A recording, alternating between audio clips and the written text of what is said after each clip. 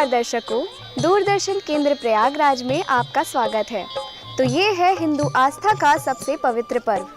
आइए इसे देखते हैं, छठ पूजा। जय छठी मैया। 3 पवित्र नदियों गंगा, यमुना एवं पौराणिक सरस्वती के संगम पर आध्यात्मिक महत्व का एक स्थान है।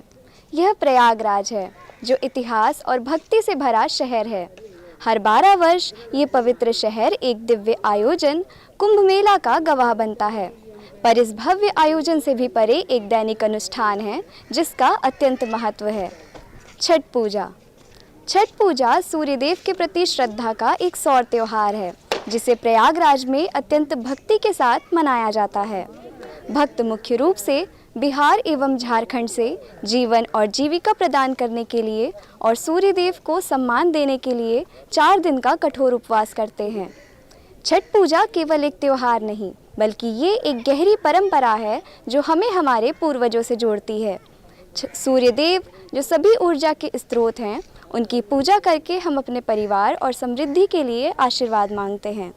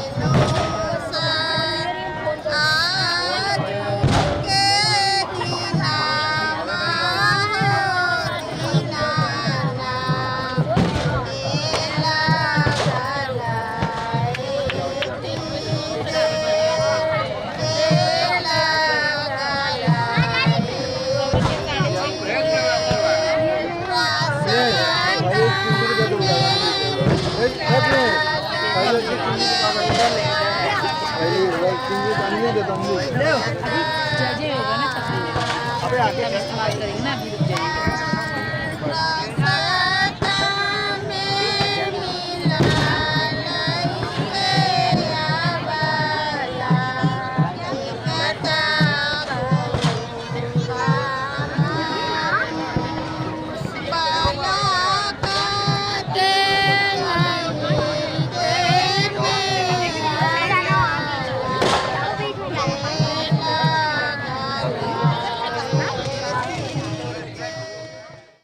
ये व्रत चतुर्थी से होता है।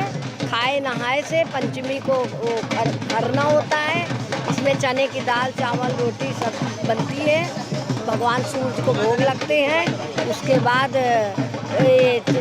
छठी मैया की व्रत रखती हैं। छठी मैया के व्रत में शाम को डूबते सूरज को अर्घ देती हैं। नदी में खड़े होके औरतें डाला लेके, और सप्तमी के दिन उगते सूरज को देती हैं। छठ व्रत बहुत कठिन का व्रत है। पहले दिन लौकी भात खाते हैं। हर मनोकामना छठी मैया पूरा करती है, हर मनोकामना पूरा करती है। सूर्य देव का ये महिमा है। हर गंगा मैया, छठी मैया हर मनोकामना पूर्ण करती है। छठ पूजा का दिल संगम की पवित्र डुबकियों में निहित है। भक्त भगवा रंग के परिधान ओढ़कर उगते हुए सूरज की प्रार्थना करते हैं और एक समृद्ध भविष्य के लिए आशीर्वाद मांगते हैं। संगम का शांत वातावरण मंत्रों की जाप के साथ मिलकर आध्यात्मिक रूप से उत्थान का अनुभव बनाता है। संगम, जो कि 3 पवित्र नदियों से मिलकर बना है, एक शक्तिशाली आध्यात्मिक केंद्र माना जाता है। इसमें जलों के बारे में कहा जाता है कि यह व्यक्ति की आत्मा को शुद्ध और पापों को दूर करता है। इसीलिए इस पावन तट पर मनाई जाने वाली छठ पूजा का आध्यात्मिक लाभ कई गुना अधिक बढ़ जाता है। संगम को सबसे पवित्र स्थान माना गया है। इसमें बह रहे जलों के बारे में ये कहा जाता है कि इसमें दैवीय उपचार के गुण मौजूद हैं। भक्त संगम के तट पर प्रार्थना एवं अनुष्ठान करते हैं और अपने जीवन में दैवीय हस्तक्षेप की कामना करते हैं। बिल्कुल संगम के पावन तट पे खड़े हैं पूरे बिहार एवं पूर्वांचल का सबसे बड़ा व्रत और कठिन व्रत यह सूर्य भगवान का साक्षात यह व्रत है। सूर्य देव हमारे साक्षात आज जो प्रत्यक्ष देव हैं पूरे भूमंडल के, वो सूर्य देव हैं, जिनकी आराधना सबसे कठिन तपस्या के साथ एक आराधना और उनकी उपासना की जाती है। इस व्रत के दौरान पहले दिन लौकी की सब्जी और चावल बिना किसी लहसुन प्याज के बड़े पवित्र ढंग से वो लहसुन और प्याज के बिना रहित वह लौकी और चावल का आहार किया जाता है। दूसरे दिन पूरे दिन व्रत रहते हुए शाम को केवल खीर और पूड़ी, दूध और गुड़ की खीर और शुद्ध घी की पूड़ी का आहार थोड़ा सा शाम को संध्या में किया जाता है। इसके बाद अगले दिन आज का जो दिन है यह पूरे दिन निराजल, बिना किसी अन्न और पानी, कोई फल, किसी प्रकार का कोई आहार का ग्रहण नहीं है।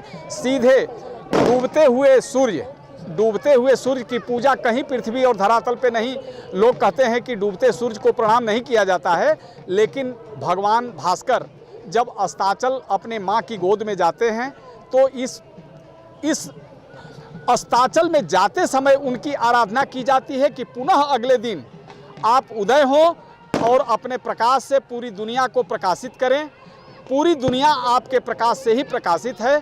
तो हे सूर्यदेव, आज अपनी पूरी मनोकामनाओं के साथ और यह आराधना मैं आपसे करता हूँ, यह उपासना मैं करता हूँ, यह मान्यता मैं मानता हूँ कि हमारे पूरे कुल खानदान, हमारे जितने कुल खानदान, इष्ट मित्र, जो भी परिवार है वो सब सकुशल खुशहाल रहे, सब मंगल रहे और अगले दिन आप उदय हों, जिस उदय तिथि में आपके पूजन की समापन करते हुए इस पूरे व्रत का उद्यापन हम कर सकें। छठ पूजा केवल एक धार्मिक अनुष्ठान नहीं है, बल्कि ये एक सांस्कृतिक उत्सव है। ये उन क्षेत्रों की परंपराओं और रीति रिवाजों को दर्शाता है जहाँ इसे मुख्य रूप से मनाया जाता है। जीवंत रंग, मधुर लोकगीत और स्वादिष्ट व्यंजन इस उत्सव की भावना को कई गुना अधिक बढ़ा देते हैं। संगम तट पर मनाई जाने वाली ये छठ पूजा भारत की गहरी आस्था और सांस्कृतिक विरासत का प्रमाण है। यह जीवन का रंग है, सूर्यदेव को श्रद्धांजलि है और एक ऐसी यात्रा है जो स्थान और समय दोनों से परे है। पहले तो इस व्रत को छठ महापर्व कहा जाता है, जिसके पीछे का उद्देश्य काफ़ी गंभीर है। इसको महापर्व कहने का तात्पर्य यह है कि बाकी पर्वों के तरह यह काफ़ी सरल नहीं होता, यह काफ़ी कठिन पर्व है, जिसमें जो व्रती रहती है वो 4 दिन का व्रत रहती हैं, जिसमें पहले दिन की शुरुआत कद्दू भात से होती है, जिसमें कि कद्दू, चावल और अरहर की दाल बनती है और वो भोग पहले भगवान सूर्य की आराधना में लगाया जाता है और फिर उसके बाद जो व्रती रहती हैं वो खाती हैं। उसके बाद सब लोग उसको प्रसाद के रूप में ग्रहण करते हैं। फिर जो दूसरे दिन की पूजा होती है वो शाम की पूजा होती है, जहाँ पे शाम में लोग अर्घ देते हैं। उसमें खीर, गुड़ का खीर बनता है, जिसको हमारे बिहार में, क्योंकि मैं बिहार से हूँ, उसको रसिया बोलते हैं और यहाँ पे गुड़ की खीर बोली जाती है। गुड़ की खीर, चीनी की खीर बनती है, पूड़ियाँ बनती हैं और पहले भगवान की आराधना में वो छोटे छोटे मिट्टी के बर्तन में भगवान को दिया जाता है और वो शाम की अर्घ होती है, जहाँ पर जो व्रती रहती हैं भगवान को चढ़ाती हैं और वहाँ पे दूध या पानी से अर्घ दिया जाता है, दीवार पे भगवान को बनाया जाता है। फिर जो तीसरा दिन होता है उस दिन शाम की अर्घ नदी, तालाब या नहर किसी के किनारे होती है। जैसे यहाँ पे आप देख रहे हैं यमुना नदी के किनारे हो रही है, तो लोग शाम में अपना सूप लेके आते हैं, डाला लेके आते हैं, जिसमें कि विभिन्न प्रकार की सामग्रियाँ होती हैं, जैसे जिसको हम लोग ठेकुआ बोलते हैं, जो कि वो दूसरे ही दिन बन जाता है। ठेकुआ हो गया और हमारे साइड एक कसार होता है जो आटे का लड्डू होता है, वो बनता है। फिर गन्ना बनता है, फिर गन्ना मतलब लिया जाता है, नींबू, सेब, जितने सारे आपके फल होते हैं वो सब सूप में चढ़ाया जाता है, लाल कपड़े से ढका जाता है और जो व्रती होती हैं वो कलश में एक दीपक लेके आती हैं और शाम में भगवान सूर्य जब डूबने वाले होते हैं उनके 15 या 20 मिनट पहले से पूजा स्टार्ट हो जाती है और सब लोग भगवान सूर्य के उधर सूप रख के उसमें अर्घ देते हैं और फिर जब भगवान सूर्य डूब जाते हैं, सूर्य भगवान के डूबने के साथ ही वो उस दिन की पूजा समाप्त हो जाती है। उसके बाद अगले दिन पूजा होती है जब हम लोग सूर्य उदय की प्रतीक्षा करते हैं। जब हमारा सूर्य उगने वाला होता है, उगने से पहले जो माताएं रहती हैं, जो व्रत करती हैं, वो भगवान से आराधना करती हैं कि हे सूर्य देव आप जल्दी निकलिए, क्योंकि ये बहुत कठिन व्रत हो रहा है। क्योंकि आप देख सकते हैं कि ये भी ठंडे का मौसम है, माताएं सारी भीगी हुई रहती हैं, उनको ठंड भी बहुत लगती है, उनके हाथ ऐसे कांप रहे होते हैं, लेकिन उनके हाथ में जो दीपक रहता है, जो प्रसाद रहती है, वो उनको खड़ा करके सूर्य की ओर अपना माथा करके उनसे आराधना करती है कि उगा है सूरज देव, उगे के है बेरवा, परब के है बेरवा, अर्घ के है बेरवा। मतलब सूर्य देव अब उग जाइए, क्योंकि अब अर्घ का टाइम हो चुका है। मैं 3 दिन से व्रत में आपकी आराधना कर रही हूँ। मैं बहुत कठिन समस्याओं का सामना करके आज नदी में ठंडे में खड़े होकर आपकी आराधना कर रही हूँ। अब आप उग जाइए।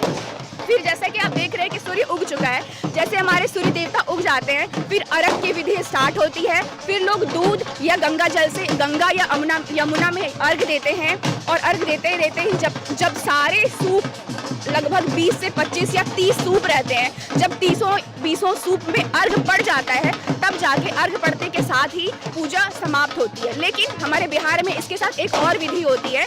मैं बिहार भागलपुर से हूँ। वहाँ पे होता है कि जो 5 माताएं रहती हैं, उनको पानी में फिर खड़ा किया जाता है, उनको सिंदूर लगाया जाता है, और उनकी भी एक तरह से कह लो पूजा की जाती है।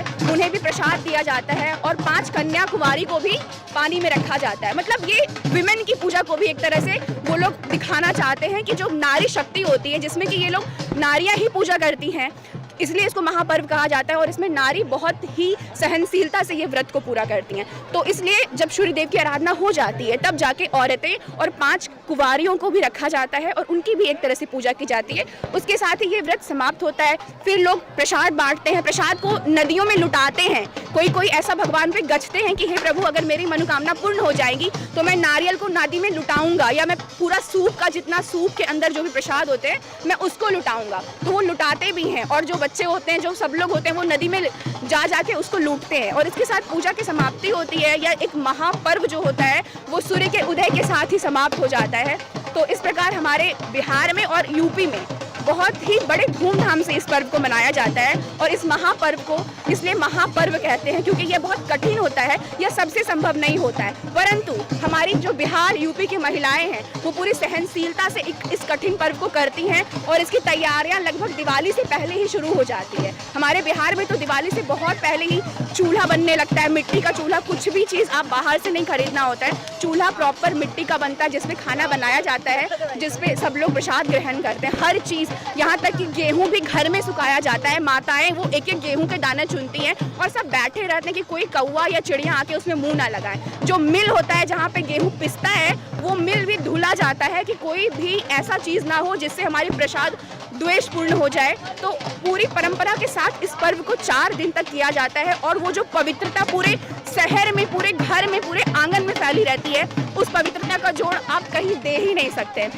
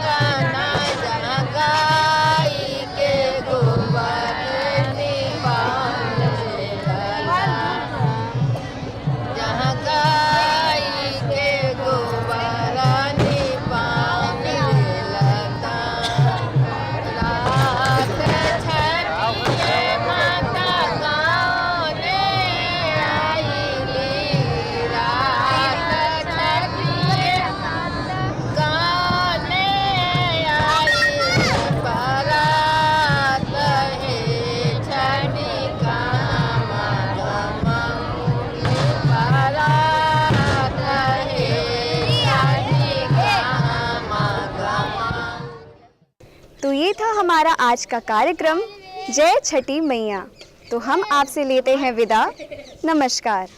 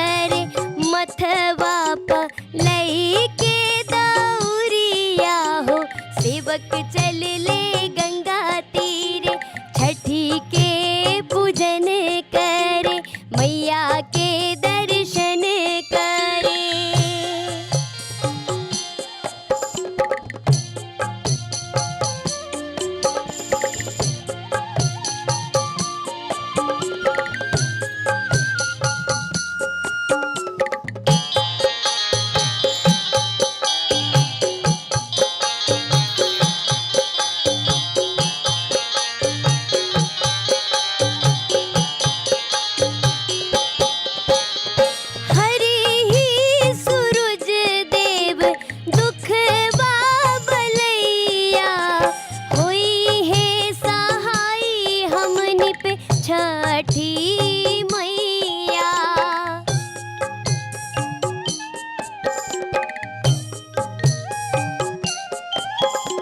हरि ही सूरज देव दुखवा बलैया, होई है सहाय हमनी पे छठी मैया।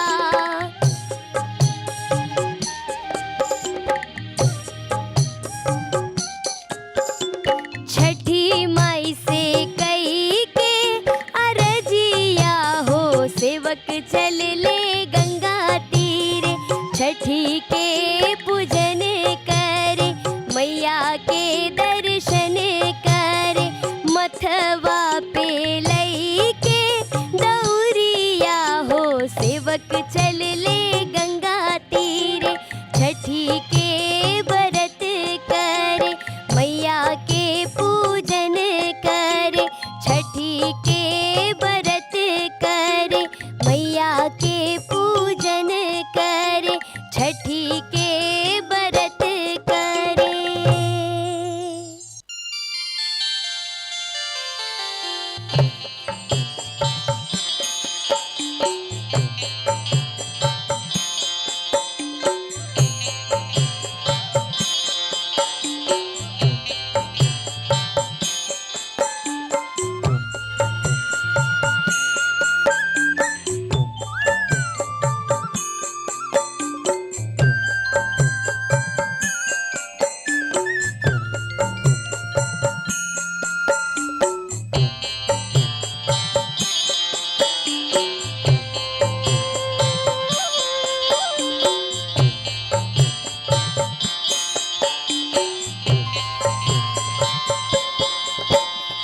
कांच ही बस के बहंगिया, बहंगी लचकात जाए, बहंगी लचकात जाए, होइला बलम जी पहरिया, बहंगी घाटे पहुँचाए, बहंगी घाटे पहुँचाए।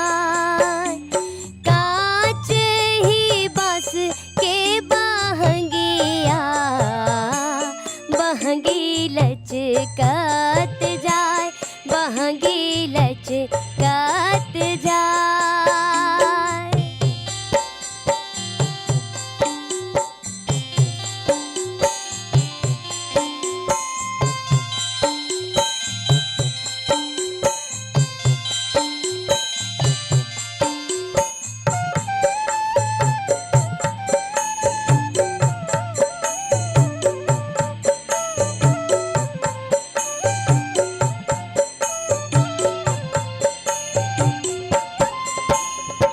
बाट जे पूछेला बटोहिया, बहंगी के करा के जाए, बहंगी के करा के जाए।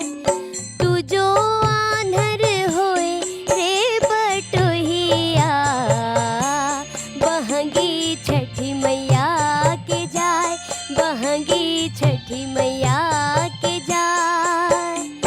उहावे जे बाड़ी छठी मैया, बहंगी उनका के जाए, बहंगी उनका के जाए।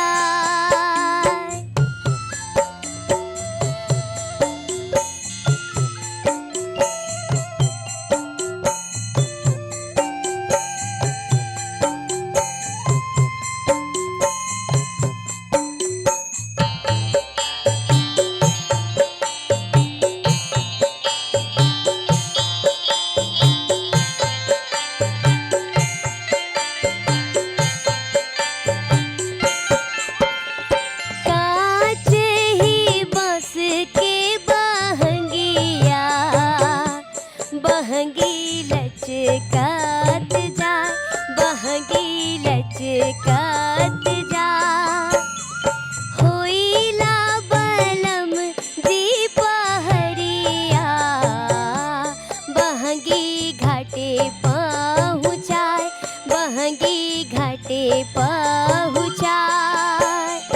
कांच ही बांस के बहंगिया बहंगी लचकत जाए, बहंगी लचकत जाए।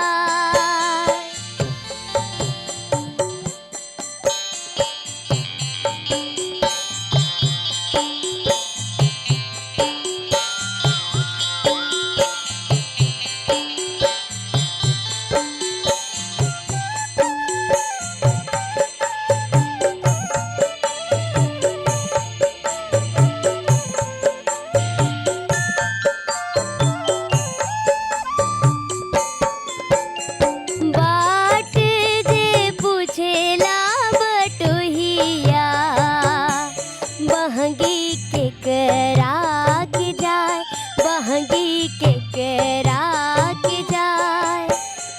तू जो आन्हर होए रे बटोहिया बहंगी छठी मैया के जाए, बहंगी छठी मैया के जाए।